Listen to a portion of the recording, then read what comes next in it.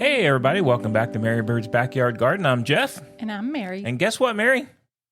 We're back in the garden. We are back in the studio garden. We're in the garden studio. What do you think about that? In the backyard garden. Hey, we are. So, in the sizzling I was going to say, we have to talk about how hot it is. I took the words right out of your mouth. It's Texas summer has officially started. I do believe we're here. We're definitely here. It's been so pleasant. It's been, you know what though? I'm going to tell you, it's been not bad. And even in the mornings, it's not bad till 10-ish, 10:30. Mm-hmm. Then it just gets hot. In the afternoons, close the house up. Yeah. It's all over. We get a lot of complaints about closing all the blinds and draperies, but, it works. It does, and it saves on electricity. So, yeah. And so we turn out the lights, the party's over, as the old song says, in the afternoons. All right, so let me ask you, Mary, what do you, and I know we've been out in the garden, so I know you got some stuff. What's new in the garden this week? I have a conversation about our chiltepin, or the chili pecan. Chiltepin? Our chiltepin. Chiltepin. Way back in season 1, episode 19. Whoa. I know, I went back and looked it up. We talked about the chiltepin, which is a native pepper to our area of the country. Okay. And you know what? I'm here with an update, and he is so beautiful this year. And I've talked about him before because I really thought he was just one dead stick at the end of winter last year. He's back. He's back, baby. This is his second year, and he's probably a good 3 feet tall and about 2.5 feet wide, and he is covered with peppers. I know you've been picking them. And I've been picking them. Remember, I brought them in the house, and you said, "What do you do with these things?" I know. And boy, and you went, whoo, you told me all the things you can do. Yes. You can grind them. You can dry them. You can. Them. Yeah, it's pretty cool. They're good and spicy. I like it. So that is my favorite thing, I think, in the garden this week. Okay. But we've actually been quite busy in the garden. Well, wait a minute now. I have a favorite. Oh, you have a favorite. All right. I found the watermelon growing. Hey. Yes. So I was mowing the lawn. Yes. And there's one little watermelon has escaped from the fenced-in garden area. And I wanted to make sure I didn't hit him. So it was pretty cool. He is cool. And now I've surrounded him with some stuff so I won't hit him. Want to let him go. I like those big guys. We have pumpkin. We have a watermelon. 2 watermelons. 2 watermelons. Mm-hmm. And I think they are maybe sugar sweet or baby sweet, something like that. Very nice. Very nice. So I'm excited. Actually, after you learned how to pick watermelons, we've been using that when we go to the grocery store, and you have picked 3 absolute winners. We have picked well. So I think 2 or 3 episodes back, we kind of went over to the guidelines for picking out a good watermelon. We've been using it, and it's worked. Yeah, it's really worked well. It's great. I love it. And well, what else is? I know you have been out in the garden, so I have to say we've been using some of our new hoses, and they have worked out very well. They have the dripping. It's tough to. I might have a solution incoming that Mary doesn't know about. That I don't know about. Yeah, they do drip, and so you can actually over tighten them. You can tighten them so much that the little seal in there actually. You overdo it. So you got to find that happy medium. But I got something I'm hoping that will be a solution for our drips and drabs. But we'll see. I'll be excited about that. I know. But the hoses actually are working pretty well. Yes. Pretty well. So labor has been cut. Labor has been cut by a good 40%. The best thing is that little spigot we put out in the yard. It is. We do not have to run up and down the steps every few minutes when we want to turn things off. It actually is working really well. I'm pretty happy with that. Chuffed. I'll tell you what. I would have to say, I'll go so far as to say I'm actually chuffed. I know you are chuffed. It is actually, it's pretty cool. It's cool. I like it. Yes. So, but yes, we've kudos on the hoses. Done a little yard work, and there you are. I took down one complete bed out of the kitchen garden, getting ready for putting in all the fall veggies and all the good stuff coming up. And there was one plant that I took down. It's a member of the sunflower family. I think that it's probably that cocklebur we talked about before. It might be. But it hasn't ever flowered, so I can't say it absolutely is. But the stem... Yeah, it's like a tree. It is something from the sunflower family. It's and really... the stem was... It's really big. The stem was a sapling stem. Yeah, it was pretty huge. It really was. Maybe, I think I'm exaggerating in my mind, but I think it'd be 2.5 inches at least. Oh, it was big. Yeah. No, definitely it was big. Yeah. It took me a while to get it out. Luckily, it was in one of the beds, so it was kind of easy to in a pull. It raised wasn't bed. totally into the ground. But I was sad to take out the Swiss chard. That it had been doing so well. Its time has come. It needs to be Getting a little crazy over there with the chard was. It was. So and then you put one of your watering systems in that bed that you cleaned out. Yes.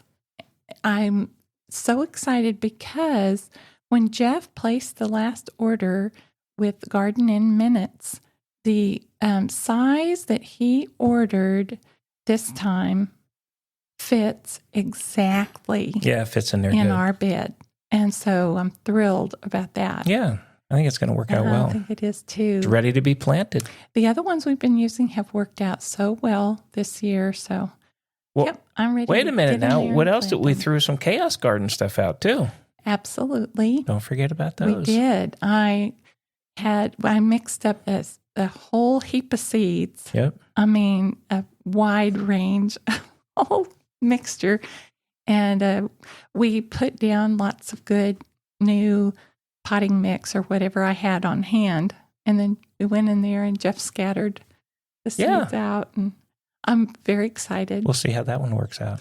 And we're getting the garden that is more on the southwest sort of flavor going. Mm-hmm. The Mungave. And we have 3 color guard yuccas. And we're getting some more ideas. Yeah. What we might like to put Mary in has there. some ideas, some plans. I always have ideas. Actually, you always do. It's an amazing thing, but you do always have them. You know what has been very interesting to me this year? We have a Texas sage in that garden that does very well on low water requirements. And it's the one where, a while back, you said, don't trim it or anything. Let's just see how it grows if it goes natural. And this year, the Pride of Barbados we planted it close to the Texas sage a number of years back. Mm-hmm. But this year, it sent up its sprouts interspersed among the Texas sage branches. And it looks gorgeous. It's pretty cool looking. It's so orange. It's just bright orange with dark green leaves. But then it's contrasting with the gray of the Texas sage. And I just love it. I love that color combination. Nice. Yeah, it's looking good. It is. The heat's not going to keep it down. You've done a good job of going out and watering and stuff. So we're going to keep her going. Okay, that part of the garden is going pretty good with whatever water it does get. It is. It is doing good. I like that. We're doing good. It's kind of an experiment, sort of. We'll see how the chaos does. We'll see how the chaotic it gets. I'm really chuffed about that one. I am too. Well, I don't even know what we threw out in there. No, I just threw a bunch of seeds. Whatever you put in there, I've sprinkled them out. That's right. It's kind of the fun. That's why it's chaos gardening. So, Mary, that brings us to our topic of the day. What do you have for us? Jeff went shopping. Jeff did. This morning. Did he?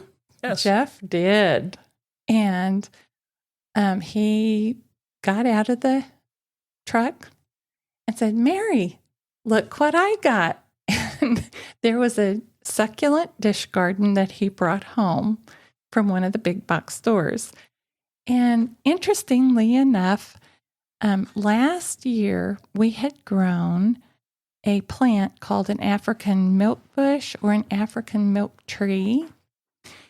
And I had not brought it in for the winter, and I was kind of sad about that. And I was thinking this year that I would like to pick up another one. And guess what was in the dish garden? It had to be one. It was. I was so excited. I knew it. It's all those years of me. marriage. We just zip each other's thoughts to each other. So I really wanted to talk about this plant. It's kind of interesting. Okay. And it, like I said, it's called the African milk bush or the African milk tree. It's also called the candelabra cactus. However, it is not a cactus. It's a succulent. And some people call it a cathedral cactus. And I'll describe why that is.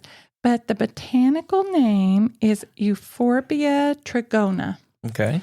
And the trigona is because it'll have 3 pointed ribs on the giant stalk that goes up.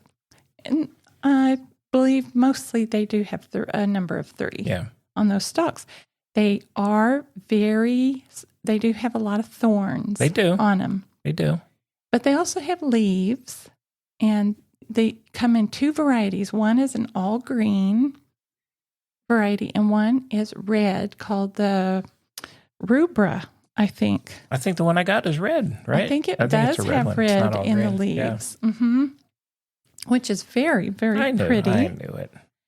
And these plants are originally found or native to Angola, the Congo, Gabon, Malawi, and Zaire in Africa. Okay.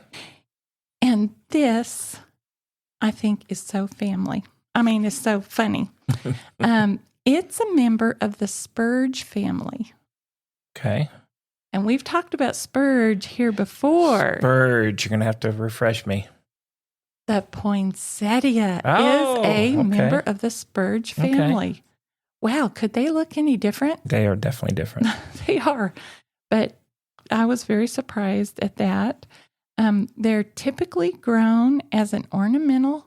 They can be grown as a hedge in a place where it's warm enough for them to live outdoors, I think, and they get really big. And mostly here we grow it as a houseplant or on your porch in a container.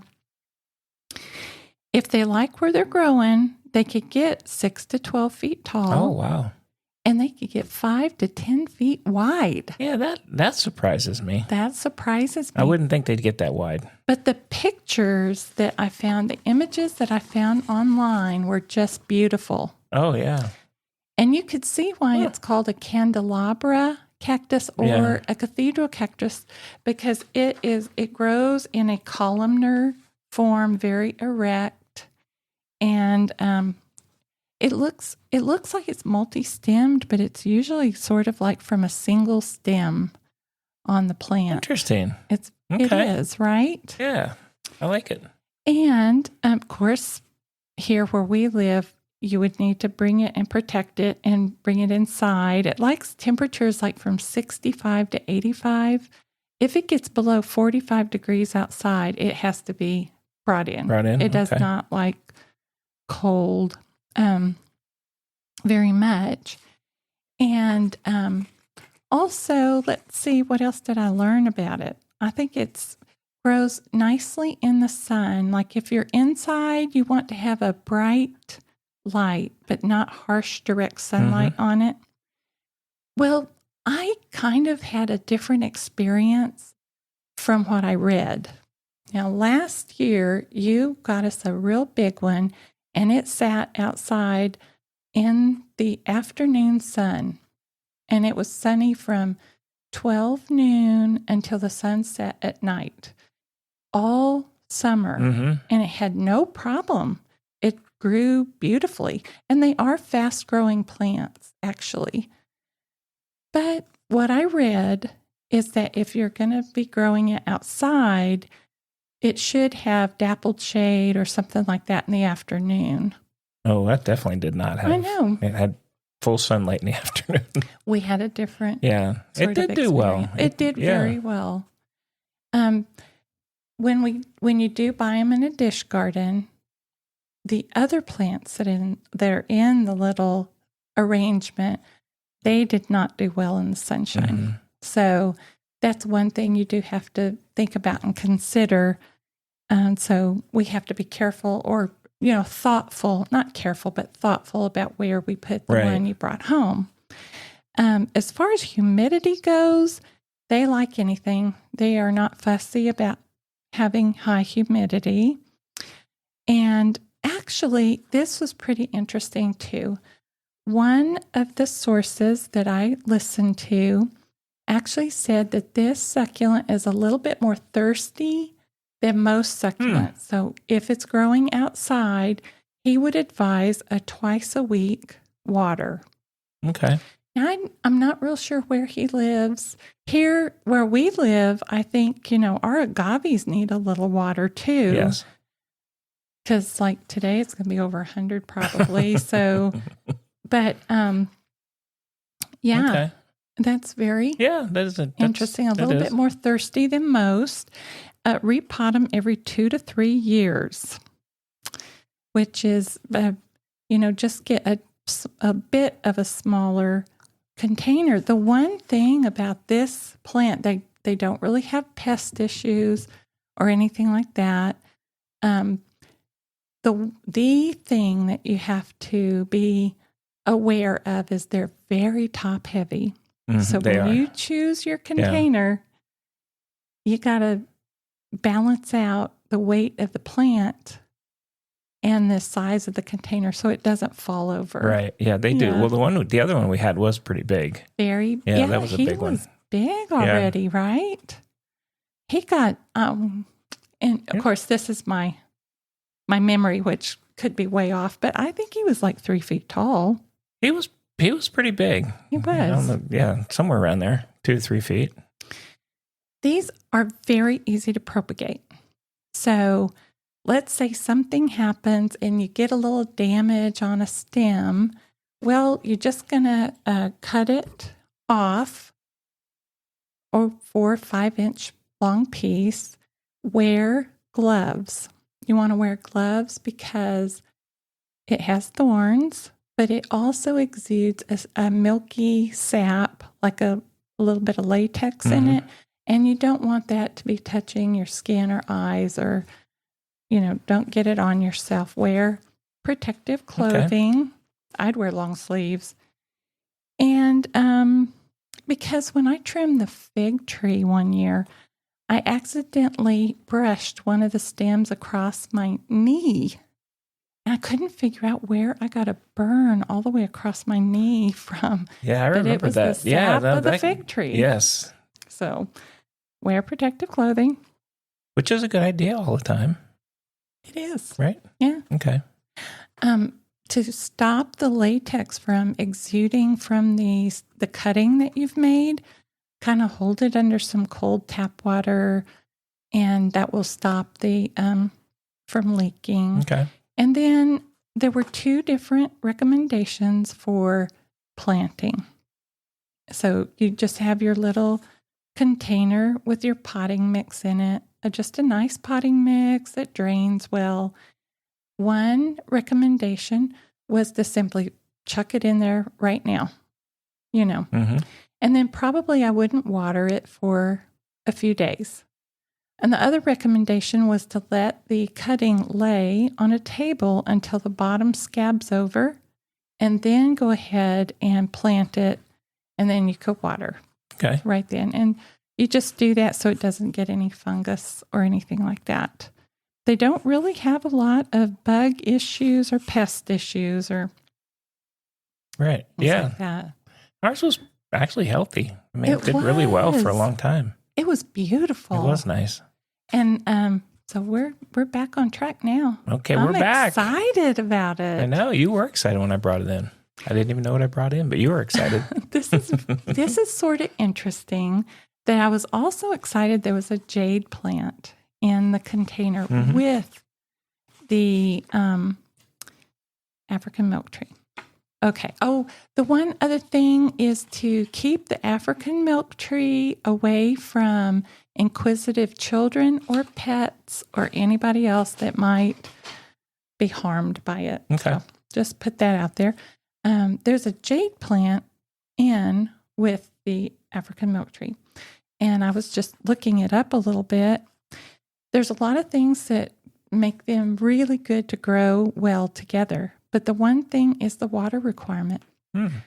A jade plant wants you to wait until the container dries out and then put it in a bucket, pour water over the surface of the soil, and everything that drains out, let it sit in that bucket of water 10, 15 minutes so it could absorb the water thoroughly, pick it up and let it drain, and then repeat that process of letting it soak and dry and soak and dry.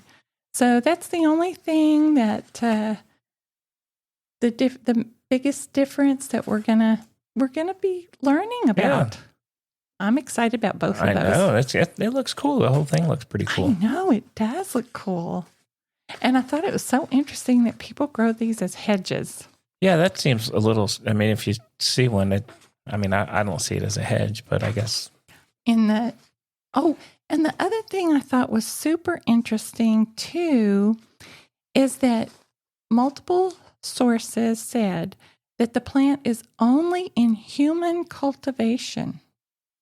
So people theorize that it's probably a hybrid cross that happened over time. They don't record it as having flowered, and mostly propagation is from like stem cuttings. That's pretty interesting. So that was pretty interesting, right? It is. You never know what you're going to find. Plants have lots of cool histories. Let me say that. They really are. Historian of plants. Voila. Very nice. All right, cool. We've come to the time of the program, Jeff. Oh my gosh. It is really good. Is it that time? Are you ready? I'm ready.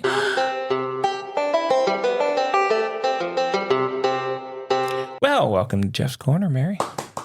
I could have done the applause on our little machine. But these are real applause. I know. Okay. Guess what we're going to talk about today, Mary? You have no idea. I really have no idea. Sprinkler guards. Oh. Irrigation head protectors. Oh, interesting. I was going to say, I've never heard of a sprinkler guard. Yes, you have. We have them out in the yard. We do, but I didn't know the name for them. You know what?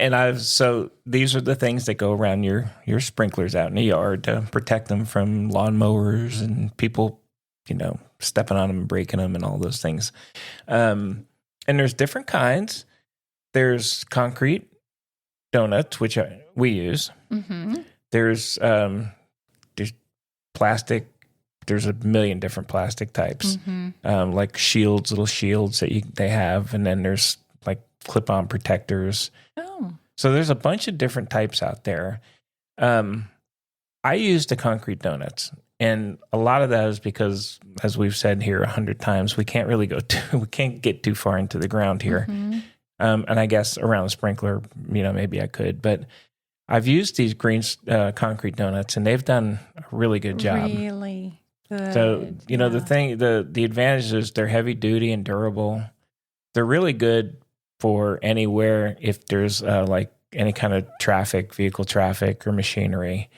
They prevent the weight of the vehicles from crushing down on the sprinkler heads. Mm-hmm. So they do a good job for that, but they also have done a great job for us, which, they have. we've rolled over them, I think, with the carts, and it doesn't cause an issue. Running across the yard. Right. Everything. And then you have the plastic guards that are obviously made from durable plastics. They're a lot lighter than the concrete. And they will help prevent damage from your lawnmowers or small animals or anything as well. And then there's also some out there that are metal cages. And those are mostly commercial. Interesting. Mostly in the commercial agricultural settings.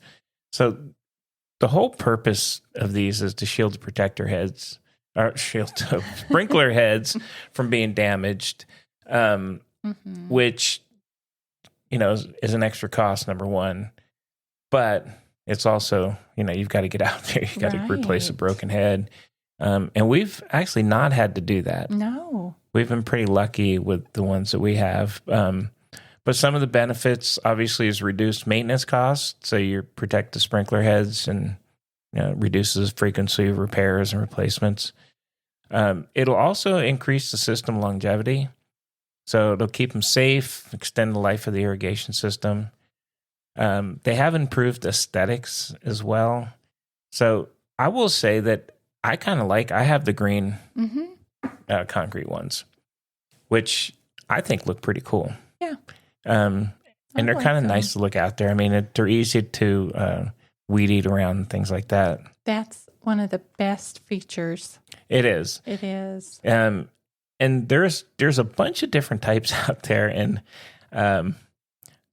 I was looking, and I love the name of this place, but there's a company called Sprinkler Guard by Grasshole. Oh no.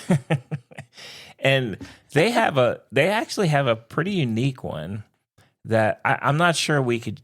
Yeah, I mean, it might be worth trying one here, but it goes into the ground a few inches around the sprinkler, so it kind of goes over the sprinkler head and then goes down, and it gets great reviews, and it looks like it does great protecting them. The only issue I would have is, when I watch videos of them doing it, people can push them in. I just don't. Yeah, I just don't think it's going to be that easy for us. But they do get great reviews, and if you don't want to use the concrete ones, this might be something to look at. I mean, they have one of the unique features they have is they have the ability, you can cut some of the portion off. Like if you're near a sidewalk or a road, you can cut a portion of it off of the plastic, and it'll fit nice. Well, that is great. It is, and it's a veteran owned company, but we have not tried that. It may be worth a try. I mean, if I could get them in the ground, I think it would be worth a try. But I kind of liked what we have. Mm-hmm. I can see them. I like what we have. Yeah, I can see them, and they protect the sprinkler head pretty well. But actually, one of the best features of it is, as you've been talking, I've been thinking about that, is that we can locate where the sprinkler heads are pretty easily. And a lot of times they get covered over with leaves or other debris, and especially in the garden beds. Right. So those shields are very nice. I agree. And we've gone through some. I've gotten some from the cheap plastic ones that once the sprinkler head pops up a couple times, it pops. It just doesn't work. It doesn't work very well. And I had some concrete ones that were just kind of gray concrete that, they didn't look very good. These green ones I have are nice. Yeah, I like They're them. heavy duty. They work really well. You can actually get them down pretty far into the ground so that, they're not sticking way up either. And I can go over them with the lawnmower, and I never hit them. Right. So if you guys have irrigation systems and wherever you're at. One of the best blessings that's the irrigation been system. I know. We went a lot of years with not having one of those. I do like having it. But I would suggest that you put some kind of guard over your irrigation, get some kind of head protector just to kind of help you not have to keep replacing them. And I know when our kids were younger and and if we did, they would, they're brutal. They're kicking them and breaking them, and but it is a good idea to get some. But I do have the green concrete ones, and you can find them out there if you look. They're pretty unique looking. But these sprinkler guards by Grasshole look pretty interesting if you're in an area where you think you can get them down easily. I might try one or two just to see. I don't know. I just really don't know that we'd be able to get it down. Mm-hmm. I think once they're in, they're cool. They really do a great job of protecting, but I just don't think I can get it down that far. Mm-hmm. Maybe one or two. It's going to look weird if it just have two of these and three of those. Yeah. And so anyway, that was my Jeff's Corner, is protect your irrigation heads. A word to the wise. Yes. Very good. Yes. I like it. All right. All right. Some things that we don't really think about that are very important, Yeah, we have. It's great. I will say when I'm weed eating, I can weed eat. I mean, these things are tough. They don't, we've had them for a while and they've held up extremely well. Mm-hmm. And I do like them. You can see them and they don't look weird out in the yard. No, not very noticeable. Yeah. So there you are. Thank you. That's what's at the corner this week. Down at the corner store. Well, what else you got for us today? Well, as long as we're on the subject of things to do with watering, of course, now that it's hot, this is especially important that I feel in the garden, is to step up your worm tea. Oh, boy. Applications. Okay. I love worm tea. I know you do like your worms. Give a little update on our worms. They are doing great. They are loving the watermelon we've been eating. And I don't know if I said this before, but I put like a whole half a cantaloupe in the bin the other day. And the only thing left was this little paper thin part of the skin. They're hungry. You could see through. They're hungry little guys. They are hungry little guys. And they're really fun. They're pretty playful. And I do encourage people to begin to think about having a worm bin of their own and also learn about why it's beneficial. One of the reasons is, of course, that you could harvest your castings and make your own worm tea, which is not very hard to do. I do not, at this exact moment, I don't do the aeration. And I'll be honest with everyone here. The biggest thing is that I can't find all the bits and pieces to aerate the tea at the moment. So I'll tell you how to do that if you're in the same situation as I am. I have them. They're in the garage, but I have put them away for safekeeping, and now I can't find them. I love it. You harvest your castings when they get rich and brown, and they've eaten most of the food and also bedding that you put in there. And I have a method where I rotate the layers of the worm so I could harvest the castings. And I fill up a mesh bag that you could go to one of your hardware stores and get a paint straining bag. And they have I think it's a 400 micron mesh. And so you put a couple handfuls of your worm castings in the bag, more if you want to. Now, a lot of people discuss the water that you're going to use. And here we just have city water. And I learned from taking the soil food web from Dr. Elaine Ingham that if you will run water, your regular city water, through this mesh strainer, and you'll see the dark brown, rich liquid that will start to come out. It contains humic acid. It also contains fulvic acid, but the one that we want the dark, rich color from is humic acid because it will combine with the chlorine and the chloramine that's in your city water, and then you don't have to think about that. And so it's, chlorine is there for a really good reason. It will kill microbes, but we don't want to kill microbes when we're putting it on our plants. Right. So making your worm tea, pour it through your worm castings, get that good, rich brown coloration in your water. And we do want to use the worm tea in the hotter months, not because it is like a nutrition powerhouse. In and of itself, what it does is it facilitates the microbial life in your soil to be able to access nutrients. And then the plant can access the nutrients and the water. So that makes it really good. The worm tea improves your soil structure by the microbes do their busy life and then they aggregate the mineral content in the soil for the roots to hold on to, and the roots can get their nutrition. And it's super good for seed germination. So if you want to soak your seeds prior to planting them, it will aid in helping them sprout. And also, so the humic acid and the fulvic acid, that's a very good thing to know. The fulvic acid is a nice thing to have. It's lighter in color. It doesn't do as much for what you're aiming to do as the humic acid. So we're really looking for that rich brown flow that comes from compost. And yeah, I wanted to talk about that. I would do it every week. You know, if you're able to access good fresh worm castings.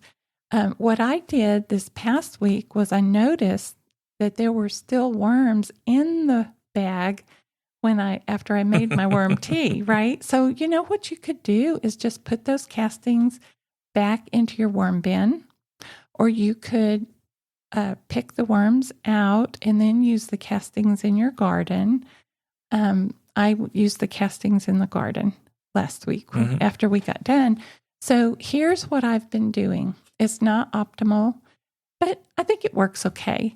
I have a huge 20-gallon bucket, that you would water livestock or something with, and I fill it with water, run the water through to get the fulvic and humic acids into the water, and then I squish that bag real good after I've stuffed it full of worm castings so that I could get all of the worm castings soaking and wet. And then I cover it. I put it in a shady area on our porch. I cover it with a towel so mosquitoes cannot get in there. And I let it sit during the morning. Now, I'm probably not getting as much rich activity as you would if you did it with aeration overnight, you know, something like that. But I think it works great. I think it's been working good. I think it works good. It will help you with plants being able to hold on to water too during this hot, dry period. So I do encourage you to learn about vermiposting. I know I have talked about this several times, but I want to bring up a resource. Okay. It's from Cornell University. One of our favorites. I found it online. It's called Vermicompost, a Living Soil Amendment. And it will guide you through the discussion. It has how to use it on different plants. Like in the farm, they use it for strawberries, garlic, grapes, cabbage, cauliflower, you know, different things that they've tested. There's a YouTube video where they talk about it. And they have a lot of other references that you can read more about it. Okay. So Mary likes her worms. it's my wormy. Mary likes her worms. I do. I know. do. You have fun out there with them. Well, we've gotten better, I have to say. Last year, we talked about a little bit of time organization, and we have gotten a little bit better in our outdoor efforts this year, and we do have a designated garage and worm bin day. Our worms do live in the garage, and even though it is very, very, very hot, they stay moist and they stay cool in their little worm bins, and they look to me as though they are very happy. Well, they're eating everything you put in there. Eating everything, and they're increasing in number. They are. There's a lot of worms in there. No, I think it works good. And I think we said before, if you went out and priced worm castings, it's really expensive to buy it. So expensive. It is. Yeah. Like a 5-pound bag is, at the time when we did look for the prices, a 5-pound bag was over $20-something. Yeah, it's pretty crazy. I mean, so if it's, you know, if you can do it at home, this is pretty cool. The one thing I will say is if it does get to be too hot, you could freeze some bottles of water and lay on the top of your worm bin where they're eating the food.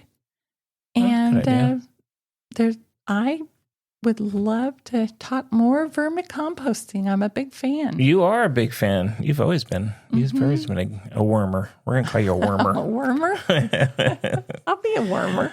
All right. So, very cool. Jeffrey, yes. Very cool. What else you got for us? Here we are at the end of our conversation where we usually say what we're going to do next week. Mm-hmm. And I forgot to write things down. Oh, man. Let's see. Well, we'll do some more worming. We're going to do worms on Monday.